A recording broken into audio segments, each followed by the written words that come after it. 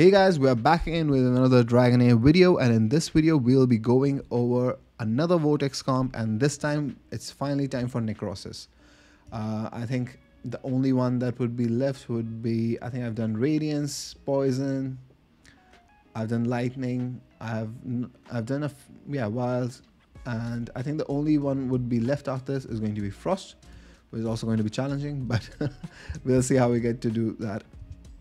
So in the first case, we have our Necrosis units, and what we will be using is going to be Lulanis, Primstar. I already did a showcase on the summon units at level 70s, back when hero reset was still possible. But I don't think that test was great because I didn't use Lulanis, and Lulanis actually pairs really well with Primstar. So I want to see the synergy between these two as well. I wanted to level up Galliore as well to try him out, but yeah, its stamina is not infinite for me either. It's very hard to find the balance between farming for champions and farming for gear. So in this comp we'll be using Lulanis, Primstar and Erzilas, and the biggest issue that I had with this comp compared to other ones was the lack of debuff remove / healing abilities, right? So if you look at when I'm using Flame, I could use the Poisoner, right, the Urgok guy, and he removes the debuffs whenever he's healing an ally, and he's pretty good. He provides this unkillable thing as well, so your survivability is really high. When I was using Lightning, I could use somebody like Acelia who could heal everybody and remove the debuffs, so it was pretty straightforward, and I could put in a tank. The problem with Necrosis is like there isn't a good cleanser who also heals besides Gulent, right? And I cannot use Gulent. Gulent actually does a lot. If this heal was based off of Enlightenment, she would be amazing. And also if the cooldown was less, right? And the reason I say it's Enlightenment is because this heal is not very powerful. It's just going to be 10% of the max HP, and let's assume that we are only going to be cycling this every time the boss is doing his skill 3. We are going to get the 4% extra target. That's 14% heal is not going to be enough. The boss shreds you if you don't have an attack down. It's very difficult to play, and you will have to take the bulk of the hit and then cleanse, right? Because it's not going to provide an immunity. It's not something like that. So Urgok and Acelia utility is missing here. So really that 3 DPS comp is going to suffer, and I want to maintain that 3 DPS if I want to have high amount of damage, right? My choices were like Torren, or if I could pick somebody like Questa, but there wasn't really a great option in either one of these affinities. The best I could think of was maybe utilizing Urian. He places attack down as well, and somehow managed to survive, but he's not going to be healing anybody, right? He's just going to be providing ally protection, which is going to reduce the damage, incoming damage, but besides that, pretty much it. Lucian is pretty much awful for PvE. He's not good for PvE at all. There's seriously no content in this game that require him outside of Arena. Arena, he's great, but yeah, PvE, he sucks ass. But PvE, he's pretty bad. So there were not really good options here where I could pick and choose who my healer would be and who my cleanser would be. Voresh would be good. He would basically has this passive which heals everybody. But I wanted to see what else I could do. So I went with Zephy and Urgok, who are not going to get the affinity bonus, which is fine. But it does gives us something to play around with, the unkillable invincible mechanic of this game. This is kind of like the unkillable comps for the clan boss in Raid Shadow Legends, if you're familiar with it. And the way the mechanic works is that Urgok will be placing his unkillable on his ultimate, and this unkillable is going to protect our team when the boss is, we'll be using the skill when the boss is doing his skill 3, which also places defense down, right? It's gonna heal us after a delay of 5 seconds, which is perfect. We'll take all the hits, we'll remain unkillable, we'll take the defense down, we won't die, and the moment that skill is over, he's gonna heal everybody to full, and then he's going to remove that debuff as well because of his passive. Whenever healing an ally, dispels one debuff, right? And this skill is going to be really powerful as well. We need the skill. It's impossible. The reason that this, like, I wish that they would just combine. They would have some sort of a timer for this as well, right? We can time our ultimates, but we cannot time this. And this creates a bit of a problem because you cannot control when you want the attack penalty to go up. I would prefer it to go on the 4th ability of the boss. That way my whole team is kind of safe for a long period of time. But yeah, we cannot time it, so it's a bit of RNG to it. I built him with a bit of a skill haste. He's going to be in the Solar King's Horn, so he's going to be boosting the damage of the allies whenever he heals them. And since because of this is a zigzag motion, I paid attention to it and I've placed it so that he's going to be doing it on Premstar, Lulanis and Erzilas. Erzila is not necessary, I can place him here too, but yeah, either one of these is fine. Actually, it might be better if I go like this because he's going to be my Call of Lightning target. And then we have Lulanis. Lulanis is amazing champion. She actually boosts her own damage quite significantly as the fight goes on. And for those of you who are wondering, like, if you have her and if you are facing problems in arena fighting tanky defense, she is going to shred them. It takes a while to stack her passive to 4. It's going to stack up to 20 times, and at 20 times she's doing a lot of damage. She gets basically a lot of extra attack and crit damage, which is insane, right? So you want to build her with 100% crit rate, and she turns into a dragon on her ultimate, so that's pretty cool. Then we have Premstar. So the way this synergy is going to work is that Ezilas and Lulanis are going to spawn their whatever undead creatures, and Premstar is, whenever Lulanis is going to do her ultimate, she's going to consume them, and Premstar's passive is going to be procced, right? So she's going to deal a derivative damage. So since this is a derivative damage dealer, we went ahead and built her with attack and enlightenment only. We don't really care for the crit rate, crit damage, anything else. And we have the Necrotic exclusive artifact on her, which is going to give us attack percentage and 75% attack necrotic damage to whenever ally dies, basically. The summons dies. Ezilas is there just for his attack up and summoning more undead. His role is pretty much that, and providing some defense down if he can. It's a one-hitter. There are not a lot of multi-hitters except for Premstar. I can probably switch the artifacts, but I want to see how much Premstar does as well. And then we have Zephy. So Zephy is going to place his ultimate, which does defense up to, and if you go below 30% of your HP, he's going to make your entire team unkillable, right? He's going to make it invincible. They won't take any further damage. And we have him on 3 emblem set as well. So we have three emblem sets. And yeah, that's the logic behind it. Otherwise, Zephy by himself is not good for Vortex, but with Ogok, you can make it work, right? So they both won't be getting any 3 affinity bonus. Only these 3 are going to get, my DPS are going to get the affinity bonus. So let's try the run. So we're going to time Ogok's first ultimate. And as you can see, like, his ultimate is really fast, Zephy's. And we did about 140k damage there. And you will see, like, the damage actually scales up from Lulanis quite significantly. Like right now, Premstar is the highest damage dealer, but that is soon going to be changing. Oh, I forgot to do the ultimate. But that's soon going to be changing.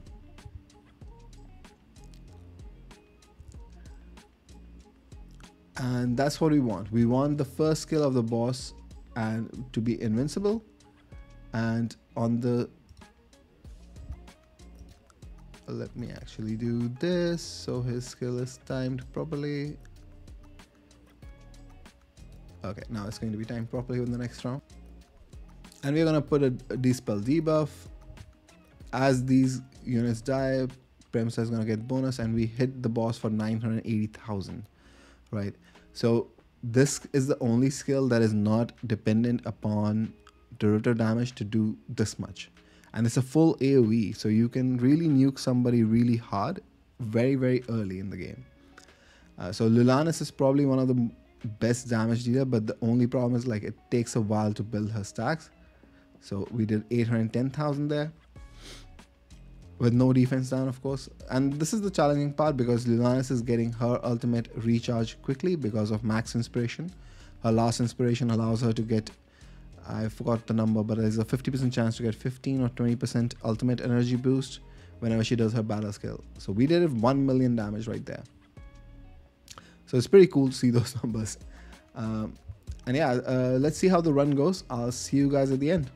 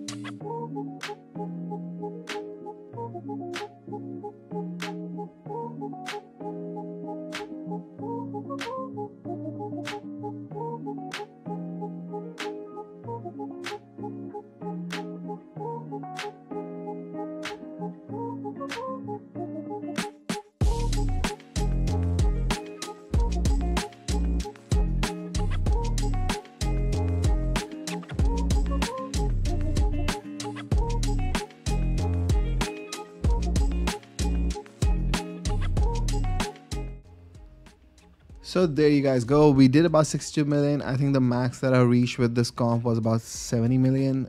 There is some RNG to it, like when Erzilas dies, there's hard to find a bit of balance between Erzilas and Zephy, because I want Zephy to be Call of Lightning damage tank. But yeah, it's the highest you can go. But I did manage in one run to go, I think, close to 130 damage bonus turns.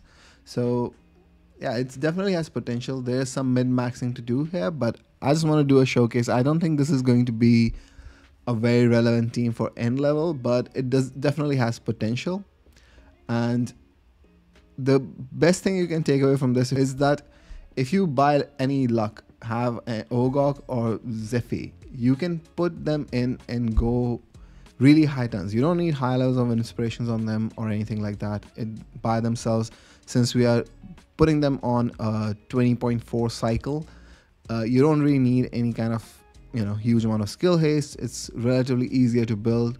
It's the only thing that is a bit problematic, and I know that we can fiddle this around a bit with, is that Ogok, how much skill haste Ogok needs to have that attack down on the boss when he does the 4 skill. I think that's where I'm still iffy about, and I'm not 100% sure either.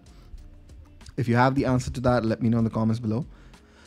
But if you are managing to do that, that's pretty much about it. Like, this comp can be made, like, if you don't only need like 2 legendary and you can slide in any 3 DPS you want, which is pretty amazing if you think about it. So if you don't have like a broken comp like Flora or Lothair, you can definitely use these champions. Not these particular champions, but you can use Zephy and Ogok to survive very long, regardless of their affinities, right? I'm not getting any affinity bonus on Ogok, neither am I getting anything on Zephy. But that was our run. I do want to try to showcase this in some dungeons if I have some stamina. Let's see if we can clear Grave of Venom with this team. So let's go jump right into it, and I'll be using the same team since I don't really have a tank.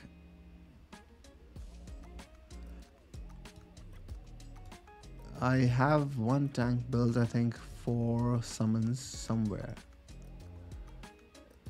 Yeah, I have him, but I don't think he's 5-star yet, so there's no point doing it.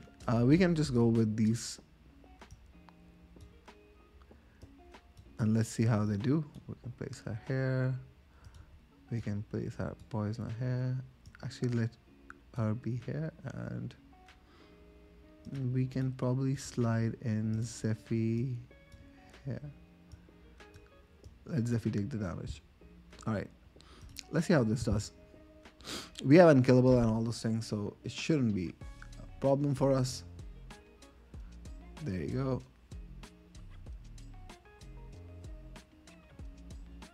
We only managed 5 stacks for now, and we are unkillable. The per-star damage, I'm kind of surprised, like the derivative damage is not that high. Like, I think they've restricted it to being only on exclusive to be that high, which is kind of shame really, because like someone deserves some love. There's no derivative damage dealer in here. I think we'll be able to beat it, but I particularly don't like using this comp. There's just too much happening on the screen. It's fun seeing the skeletons, but yeah, we still managed to beat it in 33 seconds. Did we get anything good? Not really. I'll sell these later. But you can still use this comp. I think Ancient Battlefield is going to be a huge problem. Other dungeons, not so much. Let's try the Heretical Ruins to see what we can get.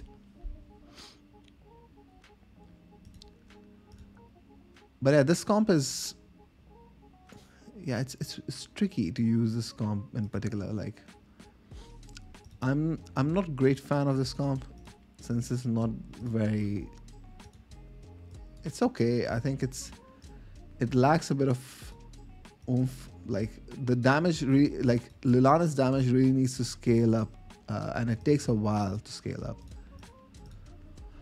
So that's a big problem for us, right? Like, if her damage was going to be pretty much from the start, it would be easier. Let's just actually slow this down so I can get the attack bonus. Yeah, so it's not that high, and Prem-star damage is not that high either, even with the derivative damage boost that she's getting. So I think this unit definitely needs a buff to be comparable to other, what do you call, derivative damage dealers. As a derivative damage dealer, she's more in line with somebody like Filto. who has this derivative damage on his basic skill but doesn't really do much. It kind of feels the same to me on Primstar. She's a derivative damage dealer, but yeah, the damage is just not there compared to other units. So I think it's going to be 60 seconds. This is skill haste, so I'll keep it. It's going to be like close to like 30 seconds for most of the runs.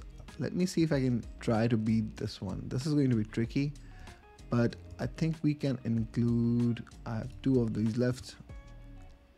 So let's burn 1.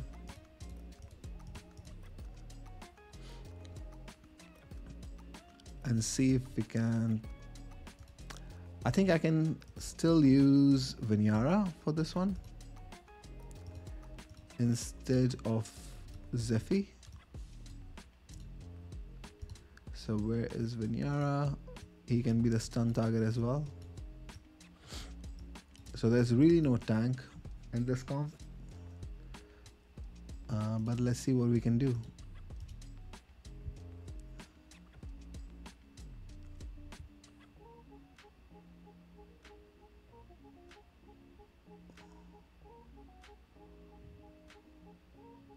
Yeah, the damage is just not there. Like, Lilianis is great as an exceptional damage dealer, but she really needs like these stacks going on before she does like a proper hit on the boss. And there you go, he saved us. Irzila is dead. 418,000 damage. Yeah, there's no undead on the ground, so Primsa is not gonna do much.